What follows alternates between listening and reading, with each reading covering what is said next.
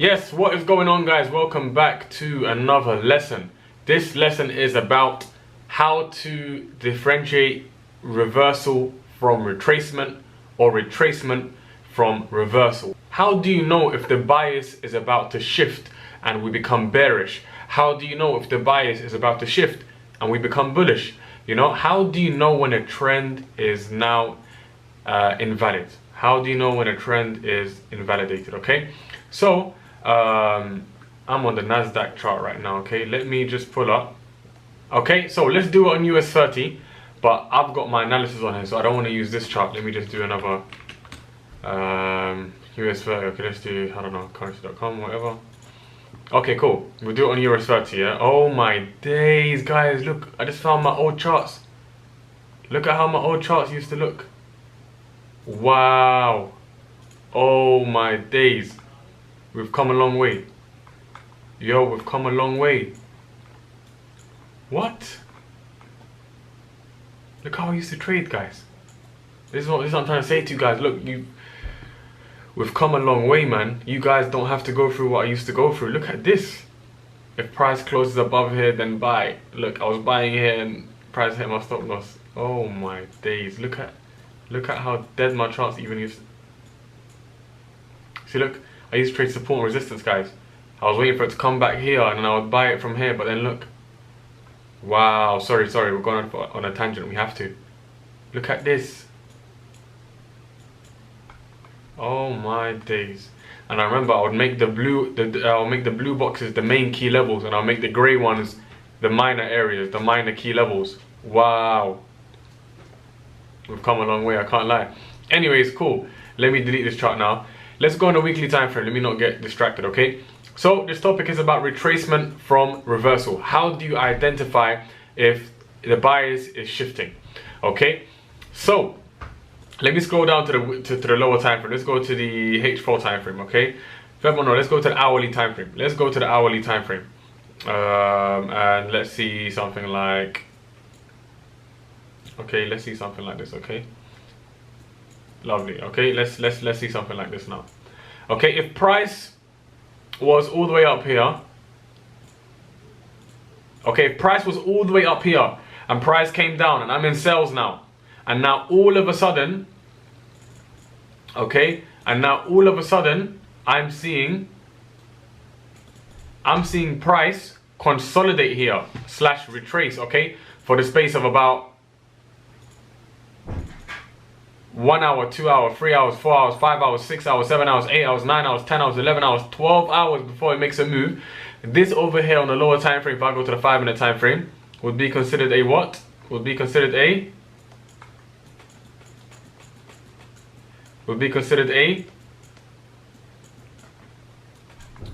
mini retracement. Why? Because price retraced from here all the way to here. Psychologically, when you're in a trade and you're watching your trade retrace, you're now having doubts. You're now thinking to yourself, damn, shall I hold this trade? Shall I stay in this trade? Is this trade even accurate? Did I have the right analysis? No. What you have to understand is you have to identify if it's a retracement or if it's a reversal.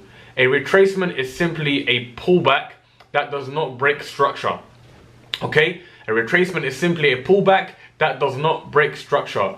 A reversal is where it breaks structure on a higher time frame, and now you know price is about to go the opposite direction. For example, here price is going up, and then price melts all the way down. So we know this is a retracement and it's not a reversal. Why? Because price hasn't broken any major structure. So now if we got now to identify if it's a reversal, we use the higher time frames like the weekly time frame. Whenever price breaks a weekly level, a weekly key level, whenever price breaks, for example, here, okay, what do we see? Price came and, okay, we had these lows right here, right? So what happened is price broke it. Price broke it, tested a weekly supply, and then melted even more from there. So whenever price breaks a weekly level, you know to hold for a very long time, or you know what the bias is going to be for the next few weeks. Okay, price won't break a weekly key level for the sake of manipulation. It won't manipulate. If price breaks a weekly key level, 100% or 99 times out of 10, unless there's a major war or some crazy news event, which is very, very unlikely, okay, anyways, if the weekly time frame is the weekly and the monthly time frame is the most accurate time frame, okay? First of all, check the monthly time frame. Check the monthly time frame. What can you see here? Price broke the monthly lows. Price broke structure on a monthly time frame. What did it do? It tested a monthly order block, a monthly level of supply. Right here, price broke, retested, and now it's continuing to the downside. What does this mean for US 30? I'm predicting a stock market crash. I'm predicting a market crash similar to the one in 2008. That's why I'm predicting another recession. Okay, so now we go to the weekly time frame. Okay, whenever there's a break of structure on the higher time frames, that is how you identify a reversal. That's how you know it's going to reverse. Even the daily time frame, okay? So each time frame, take each time frame for what it is. If you see price breaking the key level on the daily, then you know price is going to continue in that direction for the next couple of days, unless to the next major area, okay? The next major demand area or support area on that time frame that you're analyzing on. So if I'm analyzing a break of structure on the daily time frame, I should be looking for daily supplies or daily demands to target. Okay, even though we don't trade on those higher time frames, we only use them for analysis, and then we scale down to the lower time frames to place our entries. Okay, so in this scenario here, this was a daily level, daily level, daily level, daily level. The daily level got broken. What happened is price came and tested where? A daily level of supply. It's simple. We don't trade support and resistance. So here, people would have been selling over here, could have made a bit of profit here, but it wouldn't have closed. Price came back, hit their stop loss, but we know we only trade supply and demand slash Wyckoff. Okay, so over here what happened is price hit our supply level and melted all the way from our daily level for almost 5,000 pips. Almost 5,000 pips. So that's how you identify a retracement from a reversal. So if I go into bar replay mode right now, if I'm seeing this daily level being respected, it's holding, I'm playing, boom, we get a break of structure. Once you get a break of structure, look for your supply zones. Mark out your supply zones. This is if you're looking for sales. If you're looking for sales, whenever there's a break of structure, you look for Wyckoff, look for your supply zones, and you enter based off a Wyckoff distribution within that supply zone, okay? If it's a daily, you have to refine. You refine your entry, go into the lower time frames and look for Wyckoff within the daily supply zone, then you enter. Okay, because there was already a daily break of structure. And at the bottom of a market, like you guys already know, you look for your accumulation within a higher time frame demand zone, and then you enter based off of that, okay? And you take profit based off of higher time frame inefficiencies, imbalances, supply zones, demand zones, order blocks that haven't been mitigated. Order blocks that haven't been touched yet, and those are what you want to look for in terms of take profits. Okay, so that's how you identify a retracement from a reversal. Over here, okay, for example, let's say we remove all the drawings from here. Okay, let's go into bar replay mode again. Okay, let's go into bar replay mode again.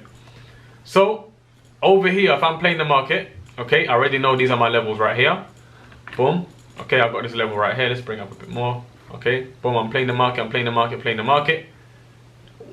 If I'm seeing this as just a reversal, because what normal retail traders would do, the retail traders use a method called Fibonacci, right? Okay, they use a method called Fibonacci. It's based on a guy called Leonardo Fibonacci. You don't really have to know the history of his name, but he worked out this algorithm where price reacts off of these levels the most of. It's basically like a bunch of algorithms put together and divided into some next bits and bobs. I would have made a video on it, but you really don't need it, guys, okay?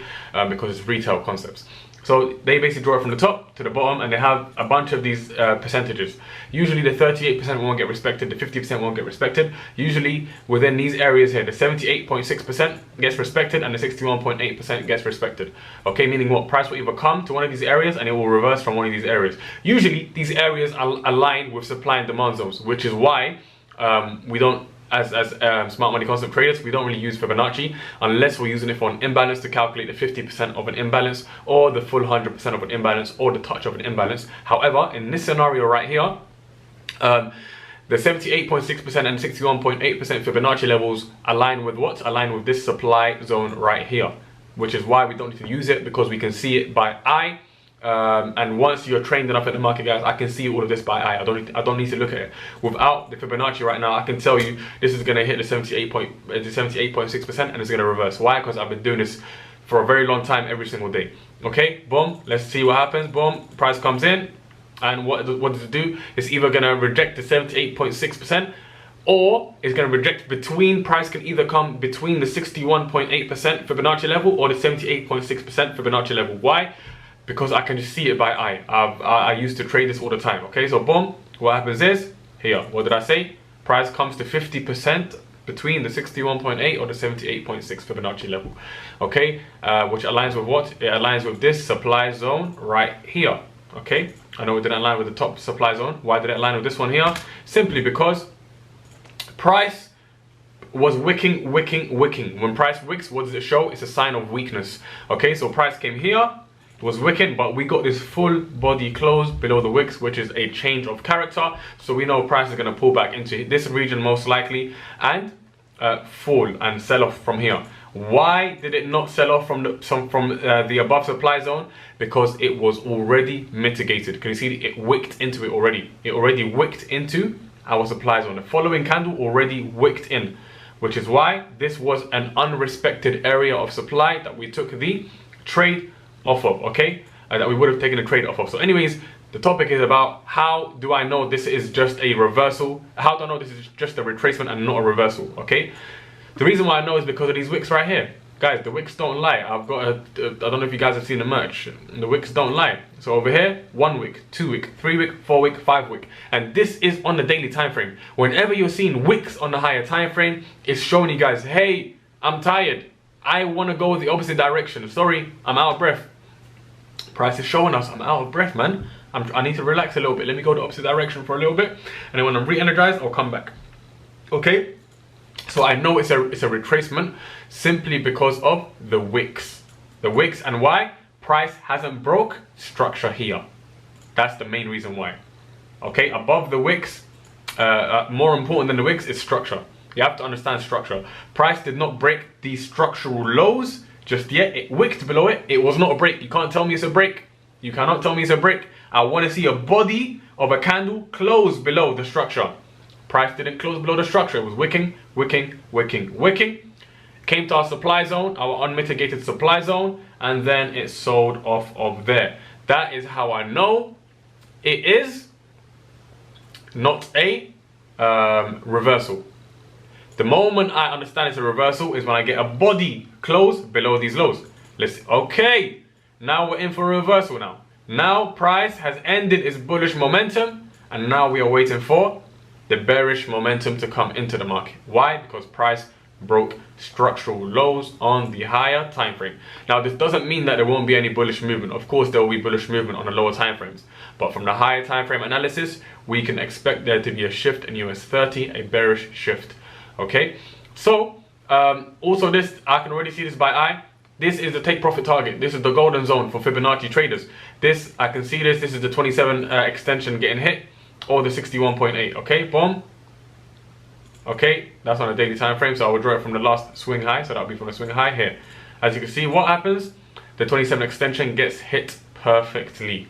Okay, that's where Fibonacci traders take profits. I used to trade Fibonacci, that's why I can see it by eye very well. Okay, so that is how to identify a retracement from a reversal. Okay, that's how to differentiate a retracement from a reversal. And that is also the importance of higher time frames. Always start with the higher time frame. So if someone says to you, how do you analyze a chart? Number 1, start with a monthly time frame. Number 2, start with a weekly time frame. Number 3, go to the daily time frame. So putting pieces of the puzzle together.